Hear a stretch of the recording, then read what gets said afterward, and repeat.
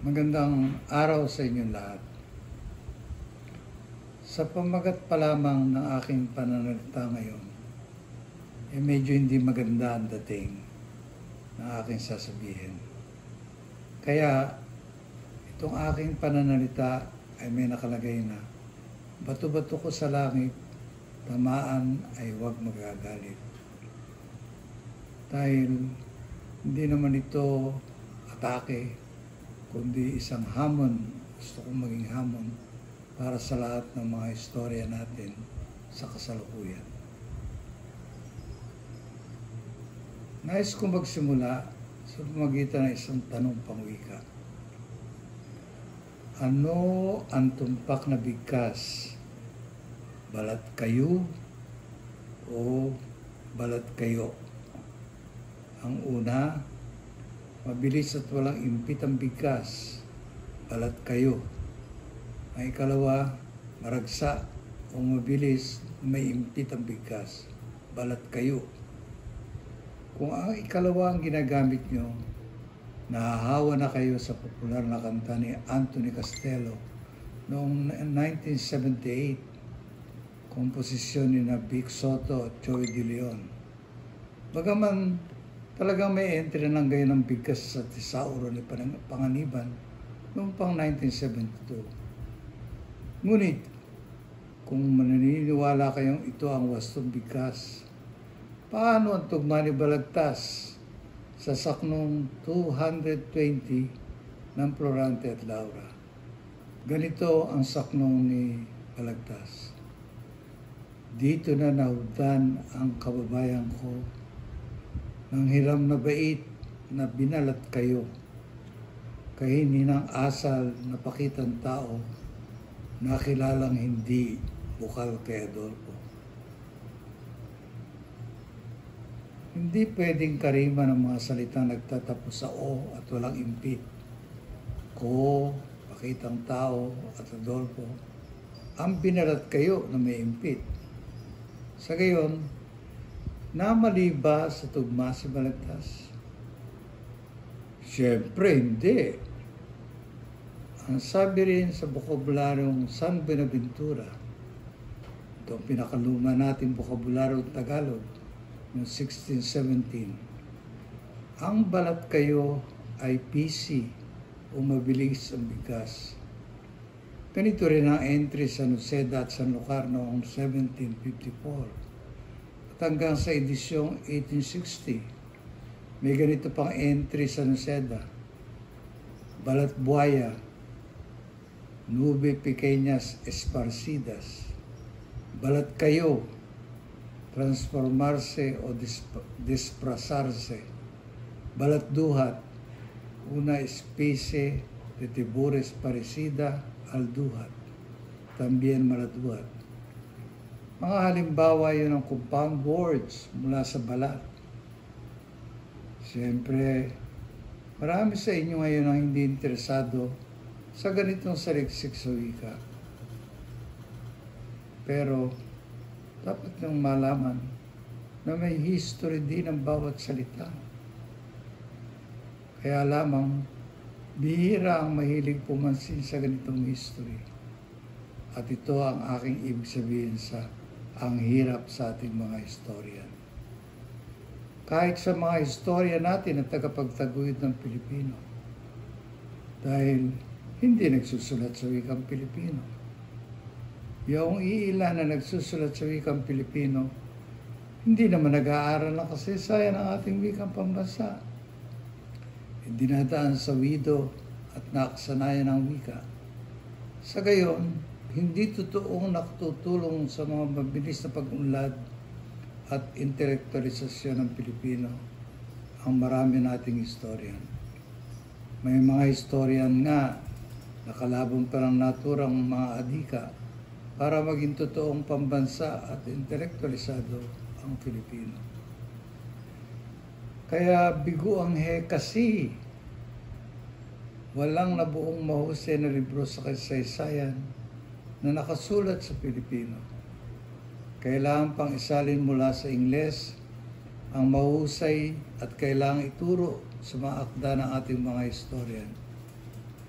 Halimbawa, nabigyan ako kamakailan ng latest issues ng Journal of Philippine History and Heritage. Sa isang sulyap ko, napansin ko agad, hindi dinidibdib mismo ng ating National Historical Commission of the Philippines ang espiritu ng pagtuturo sa kasaysayan sa wikang Pilipino. Kulang tayo sa tinatawag ko ngayon na tinging Filipino, yung pangunguna sa pagbuo at pagpapalaganap ng isang pambansa at makabansang saliksik at kaalaman sa ating kasaysayan at kultura. Paano mabubuo at malilinang ang tinging Pilipino kung wala ang wikang Pilipino? May layuning global ang paggamit ng Ingles.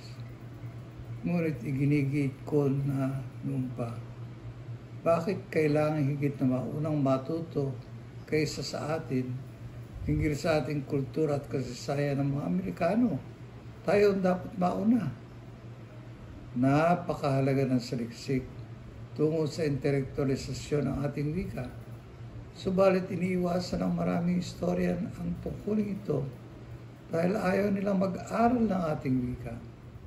Bakit kaya ayaw ng ating maraming historian mag-aral ng Filipino? Ano man ang kanilang personal na dahilan, palagay ko ay higit na dahil hindi nila angkin ang tinatawag kong tinging Pilipino sa kanilang gawain. Kulang sila sa damdaming tumulong at magmalasakit sa sambayanan. Dahil para sa kanila ay trabaho lang ang maging historian. Magandang paraan para makilala. Magandang paraan para igalang sa lipunan. Magandang paraan para igalang kahit ng mga kagalang-galang sa mataas sa lipunan. At sa panahon to, magandang paraan para maging autoridad sa akademya.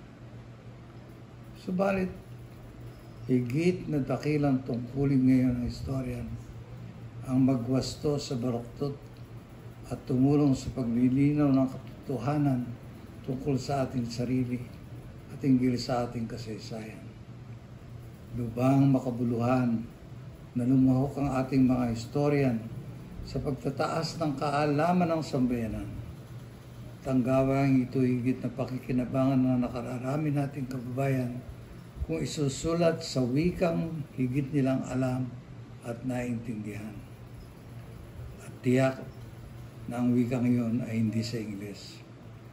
Higit na makatutulong ang kasaysayang nakasulat sa wikang katutubo o kahit paano sa wikang lingua franca natin at kinikilala ng tulay ng ating kulturang popular sa ating wikang Filipino.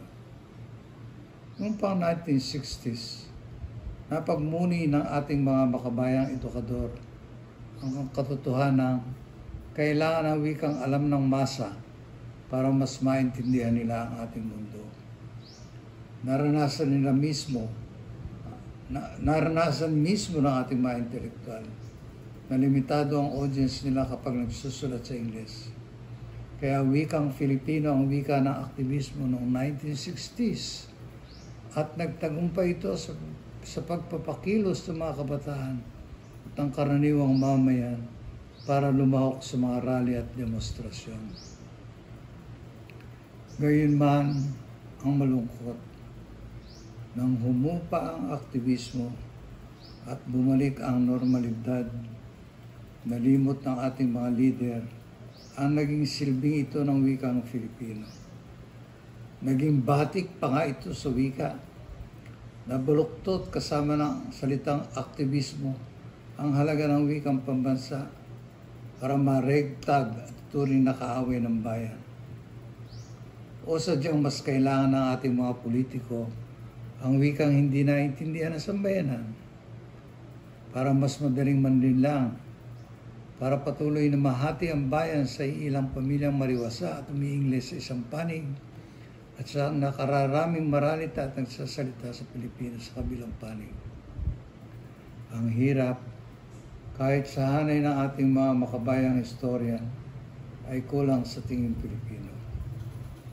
Ngunit bago kayo magalit, Nais ko muna ipaliwanag ang kasaysayan ng aking tinatawag na tingin Pilipino.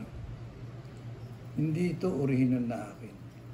Dugtong ko lang ito at medyo susog sa tinatawag na Pilipinisasyon ni Rizal noong ika-19 na siglo at sa tinatawag namang Pilipinismo ni Recto nitong ika-20 siglo.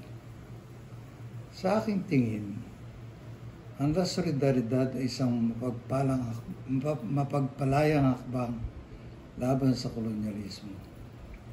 Hindi ito isang kilusan lang para maging probinsya ng Espanya ang Pilipinas at ito rin na Pilipino mga Indio.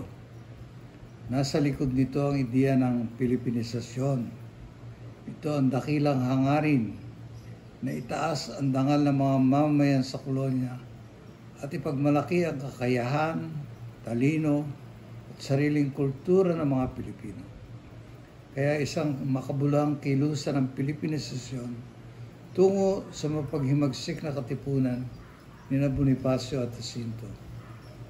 Ang Pilipinismo naman ni Recto ay isang pagsisikap makabuo ng partidong naiba sa Amerikanisadong nasyonalista at liberal. Isa itong kapisanan para palaganapin ang mga adhikang makabansa at malaya sa pakikialam at diktasyon ng United States. Magkarugtong ang Pilipinisasyon at ang Pilipinismo. Mga yugto ito sa landas ng nasyonalismo sa ating kasaysayan at naging inspirasyon sa pagbuo ng isang History by Filipinos ni Epifanio de los Santos, Jorge Bocobo, Rafael Palma, Teodoro M. Calao bago ang World War II at hanggang sa panahon nila Teodoro Agoncillo, Gregorio Saide, Renato Constantino at Odi Corpus. Idinugtong ko lamang sa kanila ang tingin Pilipino upang susugan ang kanilang nasyonalistang hangarin. May paniwala ako na maraming kahinaan ang nasyonalista nating pag-adhika sa Pilipinas. Dahil una, sa isang banday, lubang nakanar sa pagkatha at halimbawa ni Rizal. At sa kabilang banday, hindi gaano nagpahalaga sa katuturan ng himagsikang 1896, alinsunod sa simulain ng katipunan. Siyempre, hindi niyo agad tatanggapin ang aking interpretasyon. Ngunit sino ang totoong nag-uugnay kina Rizal at Plaridel at kina Bonifacio at Jacinto sa inyong kasaysayan? Pinag-aaway pa nga ninyo sila o kaya pinag-aawayan pa natin sila. Sa tingin ko, nais kong tulong-tulong nating isaayos ang baluktot na pagsipat natin sa ating kasaysayan sa pamagitan ng higit na pakikinabang sa nakaraan nating mga karanasan, sa wasto at mali nating mahakbang, samantalang bumubuo na isang bagong pagkatha sa ating bansa. Ang tingin Pilipino ay isang hamon para sa tahas na pagsuri sa ating kultura. Sa masama at mabuting paniwala at halagahan natin upang higit na luminaw ang mga layuning pambansa at makabansa natin ngayon. Mahalaga sa gawaing ito ang mga istorya para muling saliksikin ang nakalipas, para magdulot ng bagong liwanag at higit na kapakipakinabang na nakaraan, para salungatin ang mga dominanteng ngunit luma, gasgas, baluktot at kolonyal na mga paniwala, para maging bahagi ng reedukasyon ng ating bayan, para maging kalahok sa ating adhikang revolusyon pangkultura. Sa aking titig sa nagaganap ngayon, ang istorya nating may tingin Pilipino ay dapat unang-unang lumahok sa pagpapalaganap at intelektualisasyon ng wikang pambansa. Tandaan ninyo yun, lumahok sa pagpapalaganap at intelektualisasyon ng wikang pambansa. Kung hindi, mananatili siya sa limitadong teritoryo ng nasyonalismo ni Epifanio de los Santos at Teodoro Agoncillo. Ang nasyonalismong Pilipino ngunit nakasulat sa Ingles. Kung hindi siya uunlad, magiging laging sagabal sa paglaya, pagkakaisa at pag-unlad ng Pilipinas. Maraming salamat po.